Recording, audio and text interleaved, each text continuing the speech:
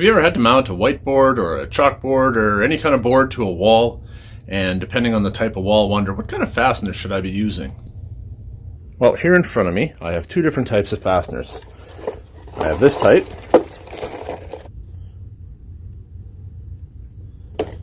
and I have this type.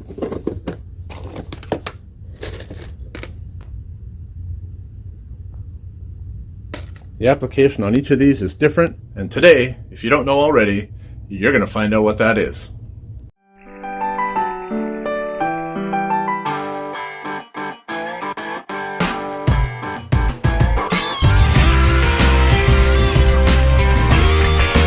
Buckle up for safety as I give you a day in the life of facilities maintenance. Today I'm going to be installing a couple of whiteboards, 4 of them actually, 2 different classrooms. One classroom has a drywall wall, and the other one is concrete. This room over here is the concrete wall, and so I will be using a Hilti and some fasteners there. And in this classroom here, it's drywall. But first, because these boards are going to be oriented vertically, they're going to have to drop down low enough to be accessible, and so I need to delete a couple of these outlets. Yeah, that's what I'm starting with. I've got my electrical tools here, so I'm going to start by removing this outlet there and that one over there, and terminating the wires in the box. And then I'm going to leave it. I'm not going to put a cover plate on it because if I do, the cover plate will sit out proud from the wall, and that'll affect the whiteboard. It won't lie flat against the wall, and it needs to. But I actually don't need a cover plate on there because the wires are terminated and they're in a box, and the whiteboard itself will become the cover plate. So that is safe.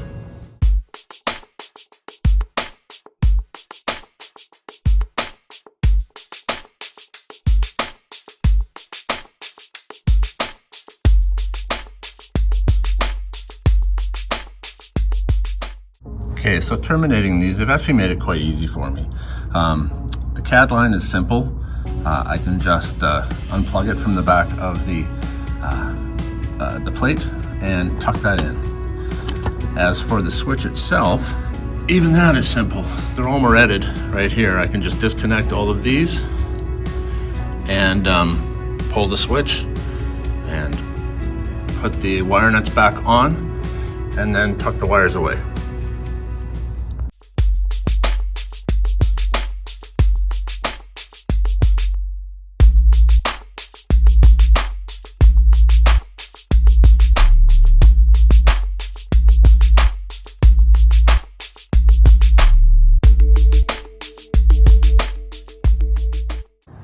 So I've set this board into position, and I don't need to use a level. Here's why: because I'm just going to follow the floor. I've created small blocks that I use when I'm installing boards like this, just giving it enough height to clear the base coving that runs around the floor in case we ever need to change that or access it, pull it off to change the flooring, whatever. It's good to be above that. You don't want to be installing things that are going to impede your access to something else later on. So that's why I use a small block like that. Now I've landmarked everything. I've measured it out, and I've decided to go exactly 10 inches in from the wall plate. And so allowing 10 and 10 on each side will give it a look that is pleasing to the eye. Now what I will do, because this is drywall, is pressing the board against the wall, I will take a drill. In fact, it is this drill right here. And I'm going to take this, and with the board held in position, just punch through these different pilot holes that are already in the board around the edge. And I'm going to do that so that I can then take the board away and put these anchors in. Then I will put the board back into position, screw into the anchors, and move on to the next one.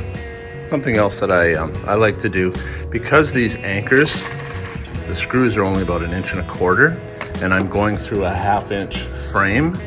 I like to replace them with the same size of screw. It's a number 8 screw. You can see on your anchors themselves, it'll tell you what size the screw is. And I like to replace them with a slightly longer screw, but only when I'm going through something like this, which is 1/2 inch thick, before I actually get to the anchor in the wall itself. If I was mounting something like a bracket that was only 1/8 inch thick, then the screws that come with it would be just fine.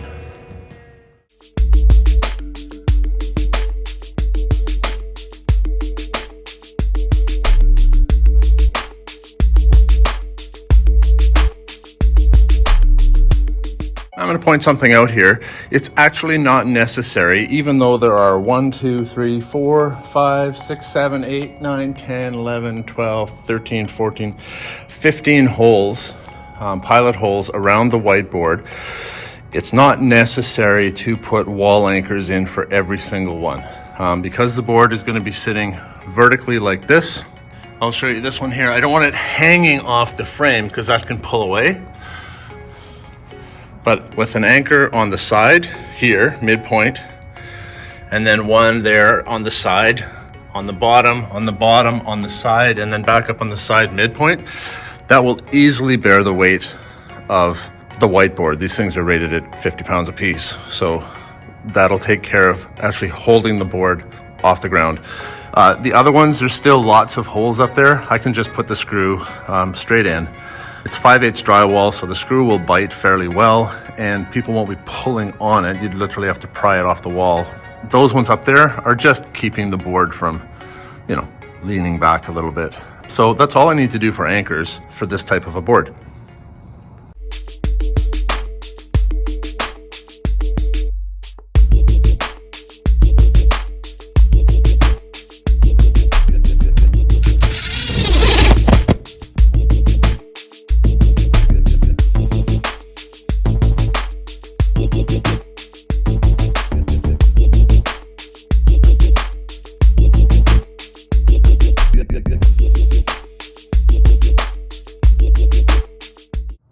And with one board attached, I'm just giving it one final eyeball before I secure the second board. And yeah, I think that looks good. Yep, I'm happy with that.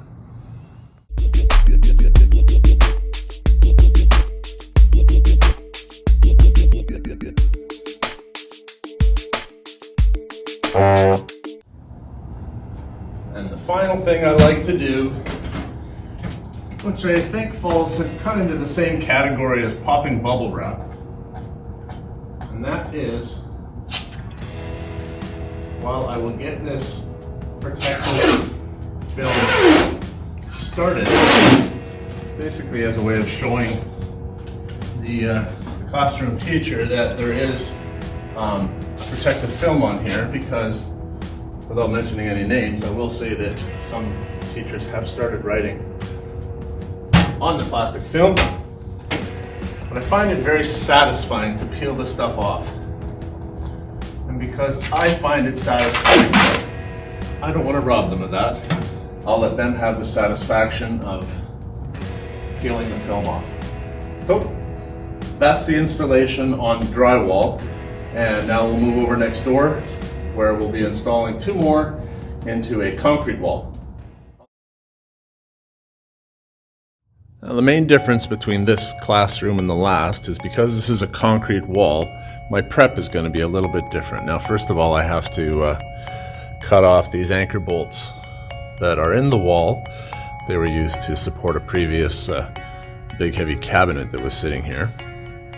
And for that, I'll just use my grinder there. And instead of using a regular drill, I'll be using this SDS rotary hammer drill with a 1/4 inch bit. I need a 1/4 inch bit because my anchors themselves are slightly different. This is the anchor here. It just hammers in. Once I've drilled the hole and vacuumed the dust out of it, when the screw, it's actually a nail, but it's got a screw head on it, which allows you to remove it should you ever need to do that. But once you hammer this in, this will expand in the hole, and that will not come out. The frame of the whiteboard itself has small holes in it. So I will take a 1/4 inch bit and I will enlarge the hole to 1/4 inch, which will then allow me to fit the anchor in as it needs to go. Make sense?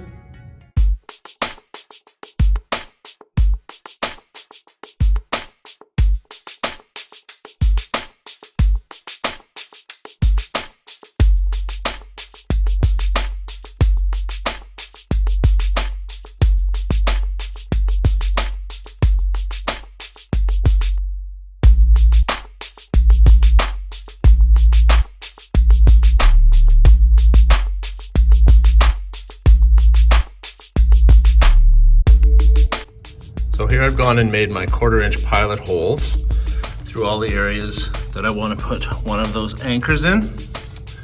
I've done 3 down each side on the bottom section, and I've done 2 on the top.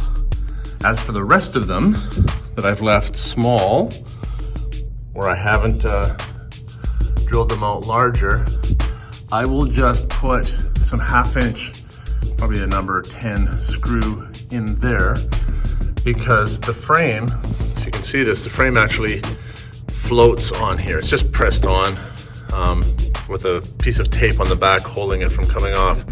But if you grab this and pulled on it, it could pull away. And so I like to put a screw through here just to keep the frame from pulling away from the board itself. So the hangers to suspend it, mount it to the wall, and the smaller screws will keep the frame in place. The next thing I'm going to do is put the board up on the little feet, and then I'm going to take my hammer drill and go through the enlarged holes, basically using the board like a template, and I will put my holes in the concrete that way. Now this is a little trickier. You want to make sure you've got a healthy bit, because the hole is prone to wander, especially if you hit a rock or something in the concrete, or it's concrete like ours where the building is 26, 27 years old now, and the concrete is very, very hard. So you want to do your best to make sure the holes align with your template, or the holes that are already around the frame and the board. Once I have enlarged my anchor holes in the board itself, and I've set the board in place, lining it up with where I previously measured, I don't have to touch it again.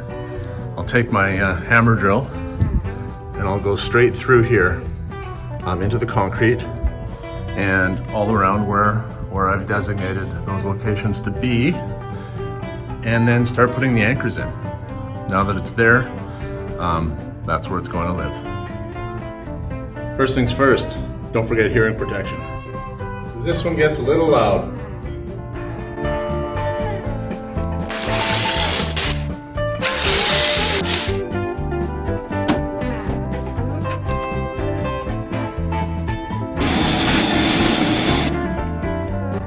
I like to start with 2 holes and then throw in a couple of anchors, because then as I'm working with the board, there's no danger of it shifting slightly. The anchor just pounds in, but it slips into place like this. It's in the hole that I've drilled.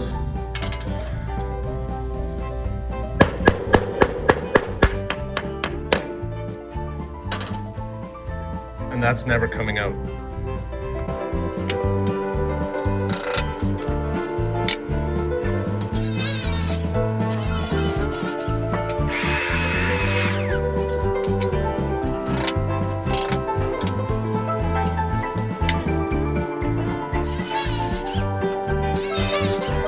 I should also mention that if you're doing this tip gets very, very hot. So when you set it down on the floor, make sure you set it so the tip isn't touching the floor, because it will melt it.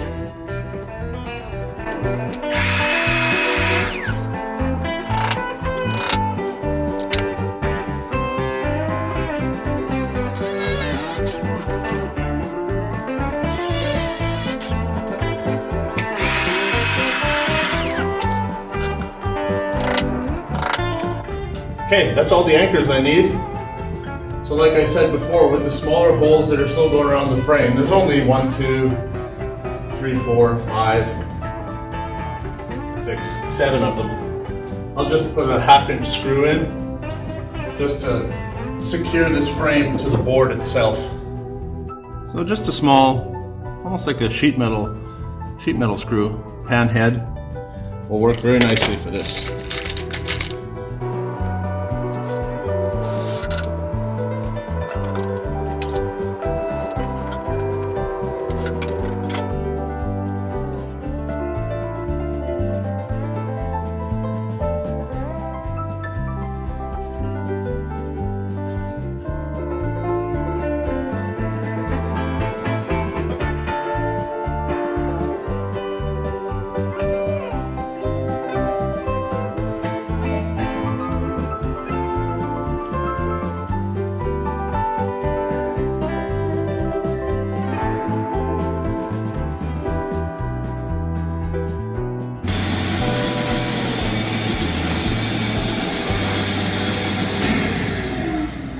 And done.